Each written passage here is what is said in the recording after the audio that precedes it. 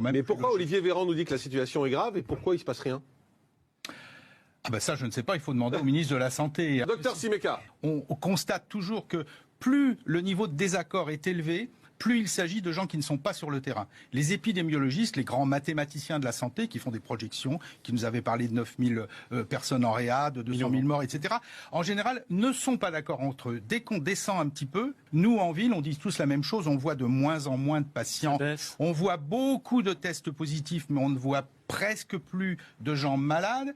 Dès qu'on descend sur le terrain, il y a quand même un relatif consensus. Donc, non, est-ce que ça baisse ou pas? C'est ça la question, en fait. Il semble bien que ça baisse. Voilà. On meurt avec le Covid ou du Covid. Et pour l'instant, depuis le temps qu'on réclame ce discernement entre les deux, on l'a pas. Ensuite, on nous parle de cas positifs alors qu'il s'agit de tests positifs. Exactement. Et ça n'est pas du tout la même chose. En médecine, toujours, depuis toujours, on regarde quelqu'un de malade et une fois qu'il est malade, on fait des examens de laboratoire. On nous dit, attention, le variant arrive, vous allez voir ce que vous allez voir, les chiffres vont monter, etc.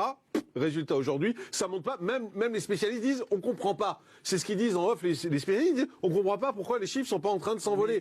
On ne comprend rien. C'est pour ça que moi, je m'inscris toujours en faux contre les grands mathématiciens de la santé, parce qu'ils sont à côté de la plaque, parce qu'ils n'ont pas intégré l'idée que le vivant, c'est archi complexe, qu'il y a des milliers de facteurs qui interagissent et que les choses sont imprévisibles. Et sans arrêt, eux, ils font des courbes et ils les continuent, ils les croisent. Et ils se trompent, ils passent leur temps à se tromper et leur temps à prédire.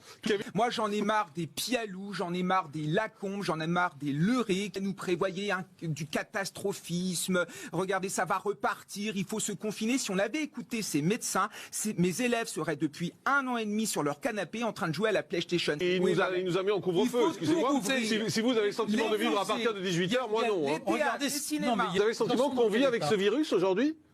Mais bah bien non. sûr qu'on vit. Non, on vit avec un couvre-feu à 18h, on va pas dans les musées, on va pas dans les cinémas, vous appelez ça une vie normale avec le virus?